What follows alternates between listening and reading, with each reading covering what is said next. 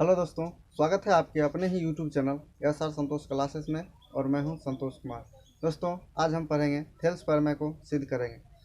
हमारा थेल्स प्रमेय का बहुत सारा नाम है और नाम को भी थोड़ा जान लेना बहुत ही आवश्यक है। देखिए, इसको कहीं आधारभूत समानुपातिकता प्रमेय के नाम से भी जाना जाता है। प्रमेय 6.1 के भी नाम से जाना जाता है। बीपीटी के भी नाम से जाना जाता है और थेल्स प्रमेय के भी नाम से हम जानते हैं। ठीक है, तो हम इसको अब सिद्ध करेंगे। ये प्रमेय मेरा कहता है, ये प्रमेय क्या कहता है कि ए बी सी एक त्रिभुज है। ए बी सी क्या है? एक त्रिभुज है जिसका नाम ए बी सी। ठीक, तो ए बी सी एक त्रिभुज है जिसमें बी सी के समांतर एक रेखा खींची गई है। बी सी के समांतर एक रेखा खींची गई है जिसका नाम डी और बी है। ये जो रेखा है ना, ए बी और ए सी को एक ही अनुपात में बांटती है। ए बी और ए सी को एक ही अनुपात में बांटती है। मतलब ए बी ए डी और बी डी को और ए ई और ई सी को भी बराबर अनुपात में बांटती है, समान अनुपात में बांटती है। ठीक है, देखिए कैसे बांटती है। ए डी बट्टा डी बी मतलब बराबर है ए ई बट्टा ई सी के, ई सी के अनुपात में बांटती है। ठीक है, देखिए इसका जो है सो प्रयोग कहाँ होता है, तो रचनाओं वाली चैप्टर में। कहाँ? रचना वाली चैप्टर। ठीक है, रचना में जैसे एक रेखा दिया हुआ रहता है और कहता है जो इसको 3:4 में बांटिए। हम क्या करते हैं, एक रेखा ऐसे खींचते हैं, इसको 4 अनुपात में बांट देते हैं, 4। ठीक ना, जो बचता है उसको मतलब यहाँ से मैच कर देते हैं, मिला देते हैं ऐसे करके, और इसको जितना अनुपात में कहता है उतना अनुपात में से खींच देते हैं। तो उसी तरह से यहाँ जो है ये रेखा डी जो रेखा है बी सी के समांतर, वो ये दो रेखाओं को एक ही अनुपात में समानुपात में क्या करती है, काटती है। और काटती जो है इसलिए जो है सो ये ए डी और डी बी का अनुपात और बी ए ई सी के अनुपात के बराबर होता है। ठीक है, हमको तो यही सिद्ध करना है, तो इसको हम सिद्ध करेंगे। ठीक है, देखिए हमने लिख रखा है सिद्ध करना है। सिद्ध क्या करना है हमको, ए डी क्या, ए डी बट्टा डी बी, डी बी बराबर है ए ई बट्टा ई सी के, ए ई बट्टा ई सी के। यहाँ तक आपको कोई प्रॉब्लम हम जानते हैं कि नहीं होगा। हाँ, इसके बाद तो आप एक ही बार में सीख जाइएगा। देखिए यहाँ पे कैसे सीखते हैं। यदि हमारे चैनल को अभी तक आप सब्सक्राइब नहीं किया है तो प्लीज़ हमारे चैनल को सब्सक्राइब कर लीजिए, ताकि अगली वीडियो का नोटिफिकेशन सबसे पहले आपको मिलेगा। ठीक है, हम उम्मीद करते हैं आप हमारे चैनल को ज़रूर सब्सक्राइब किए होइएगा। इसके बाद आइए आप हमको समझाते हैं। देखिए हमको सिद्ध करना है, हमको दिया हुआ है क्या, ये हमको सिद्ध करना है। ठीक, दिया हुआ है, दिया हुआ है, हमको दिया हुआ क्या है, बी सी समांतर है कि डी ई, बी सी समांतर डी ई, ये दोनों क्या है हमको दिया हुआ है। ठीक है, इसके बाद देखिए, इसके बाद अब क्या लिखेंगे, हमको सिद्ध ये करना है, दिया हुआ ये है, कुछ तो रचना करना पड़ेगा ना। यहाँ पर लिखेंगे रचना, क्या लिखेंगे, रचना। ठीक है, अब रचना हम क्या करें, कुछ तो करना पड़ेगा। जब तक रचना नहीं करेंगे तब तक नहीं कुछ होगा। देखिए हम रचना कैसे करें, हमको तो दिया हुआ है ना, पहले ए डी ई एक त्रिभुज है, ये तो हमको मिल रहा है, लेकिन इधर कहीं हमको त्रिभुज मिल रहा है, नहीं मिल रहा है ना। इसको एक बी को ना ई से मिला देंगे। ठीक है, मिला दिए, डॉट लाइन में मिला देंगे। ठीक है, देखिए अब हमको क्या हो गया, एगो ए और ई और ऐसे करके एक त्रिभुज मिला ना। तो इसी तरह से मतलब यहाँ से यहाँ तक मिला दिए। उसके बाद देखिए यहाँ पे यहाँ तक क्या हुआ, एक त्रिभुज मिल गया, या डी से बी ई क्या हुआ, एक त्रिभुज मिल गया। इसको हम ऐसे आपको समझाते हैं। देखिए उसको हम थोड़ा पलट करके ऐसे करके ऐसे करके ऐसे करके लिखते हैं। ठीक है, देखिए ये जो रेखा है ना डी ई रेखा है, ठीक है, यहाँ पे ए लिखा हुआ है, ठीक है, यहाँ पे ए लिखा हुआ है, यहाँ पे बी लिखा हुआ है। ये डी ई जो रेखा है ऐसे यहाँ पे डी है, ठीक है।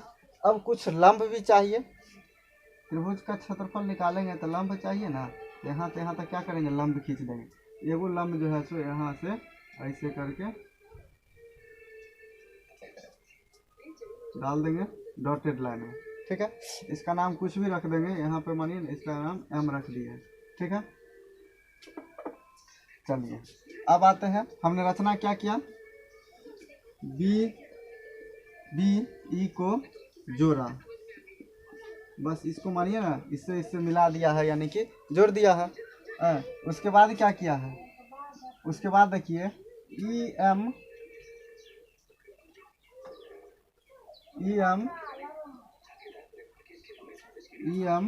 लंब है, लंब खींचे किस पर, ए बी पर, ठीक है, लंब खींच डाला। चलिए अब हमको सिद्ध करते हैं, सिद्ध करें, सिद्ध कर रहे हैं, ध्यान दीजिएगा। तो सिद्ध करने के लिए सबसे पहले हमको एक त्रिभुज चाहिए, एक त्रिभुज ए डी ई का क्षेत्रफल लिखेंगे, ए डी त्रिभुज ए डी ई का क्षेत्रफल, ठीक है, और बट्टा लिखेंगे डी बी ई का क्षेत्रफल, त्रिभुज डी बी ई का क्षेत्रफल, ई का क्षेत्रफल इसका तो आप जानते हैं त्रिभुज का क्षेत्रफल क्या होता है, नहीं जानते हैं तो आज याद रखिए, यानी कि 1/2 आधार तो हम किसी को भी मान सकते हैं, लेकिन देखिए हमने लंब यहाँ खींचा है इसके ऊपर, ठीक ना, इसी को यानी कि ए ई एन जो है सो मेरा क्या होगा, लंब होगा, यानी कि आधार मेरा कौन होगा, ए डी। हमको सिद्ध भी करना है ए डी बटा डी बी, यानी कि आधार हमको इसी को लेंगे, यानी कि ए डी गुने आधार गुने ऊंचाई। अब देखिए ऊंचाई क्या होगा, ई एम ले लिए, एनी प्रॉब्लम, वही बात नीचे में लिखेंगे 1/2 गुने। देखिए अब इस त्रिभुज में एक त्रिभुज है डी ए बी, अब देखिए आधार तो हमको यही लेना है, यानी कि डी बी ले लिए, और ऊंचाई दोनों त्रिभुज के लिए ना, देखिए इस त्रिभुज के लिए भी ऊंचाई यही रहेगा, ई डी बी ई के लिए भी, और ए डी ई के लिए भी त्रिभुज क्या है, ये मेरा है ऊंचाई है, यही मेरा क्या रहेगा, ऊंचाई रहेगा। ई एम मेरा क्या हो गया, ऊंचाई हो गया, ठीक है। देखिए ई एम से ई एम गया, 1/2 से 1/2 गया, तो क्या बचा, ए डी बट्टा डी बी। यहाँ से हम समीकरण फर्स्ट मान लेते हैं, ठीक है। इसके बाद आते हैं, देखिए यहाँ पे पुनः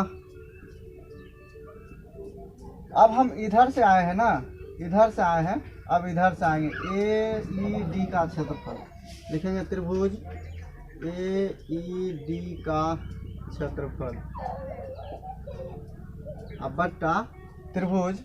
देखिए लेकिन इधर से एक कोई त्रिभुज बन रहा है, इस आधार के लिए कोई त्रिभुज बन रहा है नहीं, क्या करेंगे, इसको यहाँ से ऐसे करके अब फिर एक मिला दें। तो क्या किया हमने, जोड़ा, फिर दोबारा रचना किया ना, यहाँ रचना में लिखेंगे डी को डी ई को डी और ये सी है ना, डी सी को जोड़ा, दोबारा जोड़े हैं, यहाँ पे जगह इसलिए छोड़े थे हम। उसके बाद देखिए अब इस पे कोई लंब नहीं है, इस पे कोई लंब नहीं है, ठीक ना। अब देखिए यहाँ पे मानिए क्या है, अब इसी त्रिभुज को लेते हैं, ऐसा ही फिर बनाते हैं, देखिए तो आपको समझाने के लिए ऐसा खींचे, यहाँ पे मानिए क्या है, बी है, और यहाँ पे ए है, और यहाँ पे सी है, ठीक है, और ई जो है ऐसे है, ई मेरा कहाँ है, यहाँ ई है, ये ठीक क्या मेरा ई है, तो लंब कहाँ होगा, ऐसे ना खींचेंगे, यहाँ पे लंब खींचेंगे, इसलिए इसको जो है तो यहाँ से ऐसे करके मिला करके लंब खींच लेंगे, ताकि समझ में आ जाए। इसको हम एन मान लेते हैं, ठीक है, क्या मान लिए, एन मान लिए थे। यहाँ पे फिर लिखेंगे डी एन, क्या डी एन लंब है किस पे, ए सी पर, ए सी पर, ठीक है, यहाँ पर भी पर लिखे, यहाँ तक कोई प्रॉब्लम नहीं है। उसके बाद देखिए ए ई डी का क्षेत्रफल, तो ए ई डी का क्षेत्रफल, हाँ बट्टा लिखेंगे कौन सी, देखिए यहाँ डी सी ई का क्षेत्रफल, या ऐसे भी लिख सकते हैं ई सी डी का क्षेत्रफल, ई सी डी का क्षेत्रफल, त्रिभुज ई सी डी का क्षेत्रफल, ठीक है, बराबर 1/2। आधार क्या होगा, इधर से लीजिए ये वाला आधार ए ई, क्योंकि हमको शुद्ध भी करना है, ए ई बटा ई सी, ए ई बट्टा सॉरी ए ई गुने ऊंचाई मेरा क्या हो जाएगा डी एन, ऊंचाई क्या हो जाएगा डी एन और बट्टा वही रहेगा। त्रिभुज का क्षेत्रफल 1/2। आधार क्या हो जाएगा मेरा ई सी, यानी कि ई सी गुने ऊंचाई कौन हो जाएगा डी एन, डी एन से डी एन गया 1/2 से 1/2 गया। क्या बचा मेरे पास, बच गया ए ई बट्टा ई सी, समीकरण सेकेंड। यहाँ तक कोई प्रॉब्लम, हम उम्मीद करते हैं यहाँ तक आपको कोई प्रॉब्लम नहीं होगा। इसके बाद देखिए ये दोनों तो अगर बराबर कर देंगे तो हो जाएगा, लेकिन इस दोनों को बराबर करने के लिए हमें ये भी बराबर होना जरूरी है, ठीक है। अब देखिए बराबर कैसे होगा, त्रिभुज ए डी ई, यहाँ भी है त्रिभुज ए डी ई, ऊपर वाला तो बराबर है, ऊपर वाला क्या है बराबर है, और नीचे वाला है डी बी ई, और उसके बाद है ई सी डी, पहले है D B E C D. अब देखते हैं इसको, यहाँ से फिगर समझते हैं। देखिए ऊपर वाला तो बराबर है, आप समझ गए, पहले का आता है डी बी ई मतलब ये वाला और ये वाला, ठीक है, और दूसरा का आता है डी सी ई, यानी कि डी सी और ई, ऐसे है। मतलब आप जानते हैं पिछली कक्षा में आपने पढ़ा होगा त्रिभुज में, यानी कि दो समांतर रेखाओं के बीच, दो समांतर रेखाओं के बीच और दो त्रिभुज का एक ही आधार हो और वो दोनों एक समांतर रेखाओं के बीच बने हुए हो, तो उसका क्षेत्रफल क्या होता है बराबर होता है, उसका क्षेत्रफल बराबर होता है। कैसे, एक बार फिर से समझ लिए, दो त्रिभुज का आधार सेम हो, यानी कि आधार सेम हो और उसके बाद वो दो समांतर रेखाओं के बीच हो, वो पैरेलल लाइन के बीच हो, यानी कि समांतर रेखाओं के बीच बने हुए हो, तो उसका क्षेत्रफल क्या होता है आपस में बराबर होता है, ठीक है। तो इस वजह से हम लिख सकते हैं इतना क्षेत्रफल इतना क्षेत्रफल, यानी कि त्रिभुज ए डी ई का क्षेत्रफल, ए डी ई का क्षेत्रफल बट्टा त्रिभुज डी बी ई का क्षेत्रफल, त्रिभुज डी बी ई का क्षेत्रफल बराबर होगा किसके, ए ई डी का क्षेत्रफल, ए डी ई का क्षेत्रफल, यहाँ पर हमने लिखा है ई डी का क्षेत्रफल, पहले ई लिखा है बाद में डी लिखा है, ई डी, ठीक है। उसके बाद देखिए नीचे में लिखे हैं ई सी डी का क्षेत्रफल, त्रिभुज ई सी डी का क्षेत्रफल। देखिए यहाँ दोनों को बराबर करने के बाद हम यहाँ पर लिखना पड़ेगा हमको, क्योंकि दोनों एक ही आधार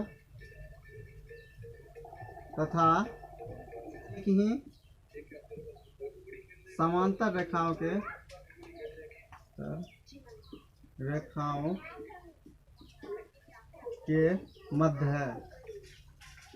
मध्य है, ठीक है। इसको यहाँ तक हम कोष्ठ में घेर देंगे। उसके बाद देखिए इतना लिखने के बाद हम इसका जो मान आया है यहाँ पे देखिए ए डी बटा डी बी का क्षेत्रफल कितना आया है, ए डी बटा डी बी, यही आया ना, यही आया ना, बराबर लिखेंगे ए डी ई का क्षेत्रफल, ए डी ई का क्षेत्रफल, इसका मान कितना आया है यहाँ पे देखिए ए ई बटा ई सी, ए ई बटा ई सी, इसका क्षेत्रफल यानी कि ई सी डी का ये क्षेत्रफल, इस दोनों का कितना मान आया है यहाँ पे 1/2, यही तो हमको सिद्ध करना था, ठीक है।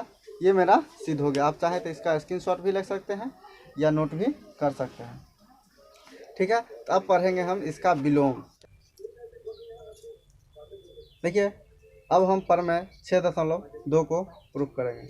अभी तक हमारे चैनल को सब्सक्राइब कर दीजिए, कम से कम वीडियो को तो लाइक कीजिए। चलिए ठीक है, आते हैं यहाँ पे। देखिए, प्रमेय 6.2 जो है, इसका जो है थेल्स प्रमेय का सोझे विलोम है, यानी कि उल्टा है। क्या उल्टा है, देखिए हम आपको समझाते हैं। एक त्रिभुज लिया ए बी, और ये पहले उसमें भी दिया हुआ था और इसमें भी दिया हुआ। इसमें BC के समांतर ना DE एक रेखा दिया हुआ था, यानी कि थेल्स प्रमेय कहता है जो ABC एक त्रिभुज है और BC के समांतर एक DE रेखा खींचा, जो AD और BD का अनुपात जो है सो AE और EC के अनुपात के बराबर है। ठीक है, लेकिन ये प्रमेय 6.2 कहता है ADDB बराबर है AE बटा EC के। ठीक है ना, ये दोनों अनुपात बराबर है, लेकिन इसमें सिद्ध करना है BC समांतर क्या DE, हमको सिद्ध करना है। ये उसका उल्टा, पहले ये दोनों बराबर है दिया हुआ था और इसका अनुपात क्या था, सिद्ध करना था, लेकिन इसमें पहले अनुपात दे दिया है और हमको सिद्ध करना है ये समांतर रेखा जो है सो बराबर है या नहीं। ठीक है, तो चलिए हम लिखते हैं दिया हुआ क्या है। दिया हुआ है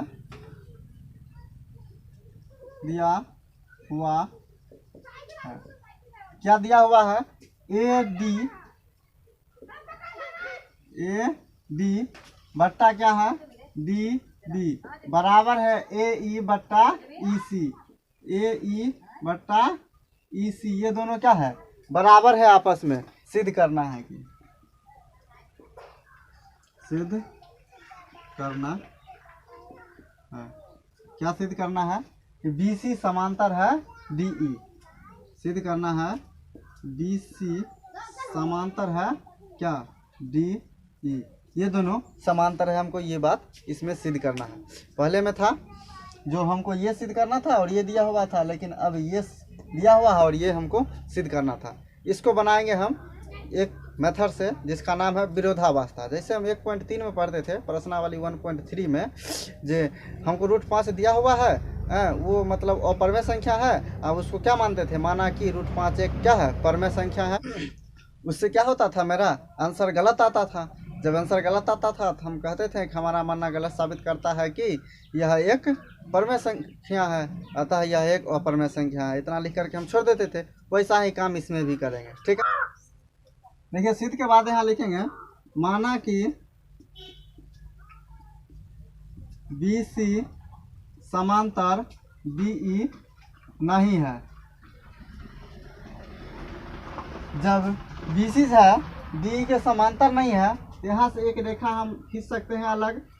सीधे इसको डॉट लाइन में लिखाएंगे ताकि हमको समझने में आसानी हो। देखिए यहाँ पर आप कैसे इसका एक रेखा अलग मान लेते हैं। ये आप यहाँ पे खींच दिए, ये BC समांतर क्या है EF खींचा, BC समांतर DF खींचा। यहाँ तक कोई प्रॉब्लम नहीं, इतना नहीं है। और ये किसका कीजिए, खींच दिए। यहाँ से लिखेंगे प्रमेय 6.1 से। देखिए मेरा प्रमेय 6.1 क्या कहता है, यदि किसी त्रिभुज की एक भुजा के समांतर कोई दूसरा भुजा है और तो उसका जो दो अन्य भुजा होगा उसको एक ही अनुपात में बांटती है, वही अनुपात उसका लिखेंगे। यानी कि AD, देखिए यहाँ पे AD बट्टा DB, यानी कि DB बराबर होगा क्या होगा, बराबर होगा किसका, AF बट्टा FC के, यानी कि AF बट्टा FC के। यहाँ तक आपको कोई प्रॉब्लम नहीं है। देखिए यहाँ पे तो देखिए यहाँ पे हमको दिया हुआ है AD बट्टा DB बराबर है AE बट्टा EC के, यही बराबर है ना। यानी कि यहाँ हमको निकला है AD बट्टा DB बराबर है AF बट्टा FC के, जिसका इसका लेफ्ट हैंड साइड और इसका लेफ्ट हैंड साइड दोनों क्या है, बराबर है। तो राइट हैंड साइड भी क्या होगा, आपस में बराबर होगा। यहाँ लिखेंगे तो ए ई बट्टा ई सी बराबर है, ए ई बट्टा ई सी बराबर है किसका, ए एफ बट्टा एफ सी के। आइए फिर फिगर से समझते हैं। क्या से? फिगर से ए ई बट्टा ई सी, ए ई बट्टा ई सी यानी कि ए ई अनुपात ई सी, ठीक है। और उसके बाद है ए एफ अनुपात एफ सी यानी कि ए एफ अनुपात एफ सी। पहले इसे समझिए, ये अनुपात में है तो ये ऊपर वाले के नीचे वाले के बराबर होगा। उसके बाद देखिए यहाँ पे ए ई बराबर ए एफ, ए ई बराबर ए एफ होगा। स्केल से नापिए, यहाँ से यहाँ, हाँ, या फिर यहाँ से यहाँ बराबर होगा, या यहाँ से यहाँ, या फिर यहाँ से यहाँ। देखिए बराबर है दोनों, है नहीं है, इसलिए लिखेंगे यहाँ पे यह संभव इसलिए नहीं है, नहीं है क्योंकि हमने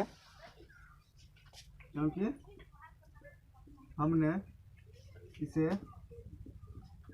विरोधावस्था में मान लिया था, विरोधावस्था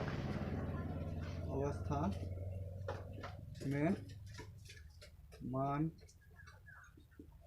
लिया था, ठीक है। क्योंकि हम उसमें भी सिद्ध करते थे तो माना कि यह अपरमेय संख्या था, तो वहाँ पे करते थे नहीं कि यह अपरमेय संख्या नहीं है, अब क्या है, इसलिए यह अपरमेय संख्या। इसी चलते यहाँ लिखिए संभव नहीं है, इसलिए नहीं है क्योंकि हमने इसे विरोधावस्था में मान रख रखा था, यानी कि काल्पनिक अवस्था में मान लिया था। तो यहाँ पर लिख देंगे तो क्या होगा, BC समांतर क्या होगा, DE होगा, ठीक है। ये हमारा प्रूफ हो गया। यहाँ कुछ करने से, क्योंकि आप जानते ही हैं इतना बराबर इतना और इतना बराबर इतना हो ही नहीं सकता। इस परिस्थिति में यह क्या होगा, समांतर होगा, तभी हमारा इतना आएगा, ठीक है। तो दोस्तों ये वीडियो आपको कैसा लगा हमें ज़रूर बताएं, लाइक करें, कमेंट करें, अपने दोस्तों में भी शेयर करें। हाँ, यदि हमारे चैनल को अभी तक आपने सब्सक्राइब नहीं किया है तो प्लीज़ हमारे चैनल को सब्सक्राइब कर लीजिए और बेल आइकन भी दबा लीजिए।